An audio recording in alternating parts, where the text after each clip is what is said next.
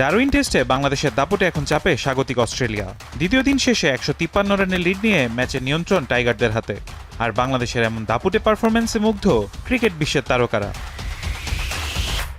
সাবেক অস্ট্রেলীয় অধিনায়ক রিকি পন্টিংয়ের চোখে অস্ট্রেলিয়া এখন পুরোপুরি ব্যাকফুটে। তার মতে অজি ব্যাটারদের উপর তৈরি হয়েছে তীব্র নার্ভাসনেস।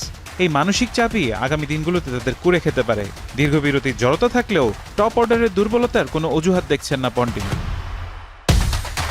প্রথম ইনিংসে মাত্র 198 রানে অল আউট হওয়ার পর তানজিদ তামিম ও শান্তর ব্যাটিং দাপটেও বিস্মিত তিনি। পন্টিংয়ের মতে অস্ট্রেলিয়ার সামনে এখন কঠিন পরীক্ষা। আমি ভরসা রাখি হিরন স্মার্ট ওয়াটার পিউরিফায়ারে।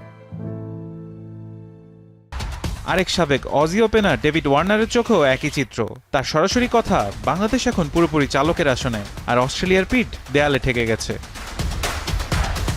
তবে বাংলাদেশের এই লড়াই শুধু অস্ট্রেলিয়াকে নয়, মুগ্ধ করেছে ভারতকেও। কিংবদন্তি স্পিনার আশ্বিন মনে করিয়ে দিয়েছেন, প্রস্তুতি ম্যাচে মাত্র 54 রানে অল আউট হওয়া দলটি টেস্টে এমন দুর্দান্তভাবে ঘুরে দাঁড়িয়েছে।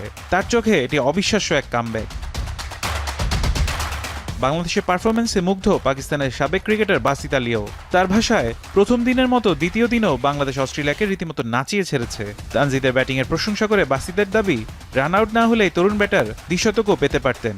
আর অস্ট্রেলিয়াকে 100 ওভারের বেশি ফিল্ডিং করানোই বাংলাদেশের বড় কৃতিত্ব বলে মনে করেন তিনি। পন্টিংয়ের উদ্বেগ, ওয়ার্নারের স্বীকারোক্তি, বাসিতের প্রশংসা আর অশ্বিনের মুগ্ধতা, সব মিলিয়ে ডারউইনে এখন আলোচনার কেন্দ্রে শুধু বাংলাদেশ। তৃতীয় দিনের লিড আরও কতটা বাড়াতে পারে টাইগাররা? উত্তর মিলবে মাঠেই। তবে আপাতত অস্ট্রেলিয়ার সামনে একটাই সত্য, ডারউইনে নিয়ন্ত্রণ হারিয়েছে স্বাগতিকরা, আর ইতিহাসের স্বপ্ন দেখছে বাংলাদেশ। ফারহান ইহসান, এখন।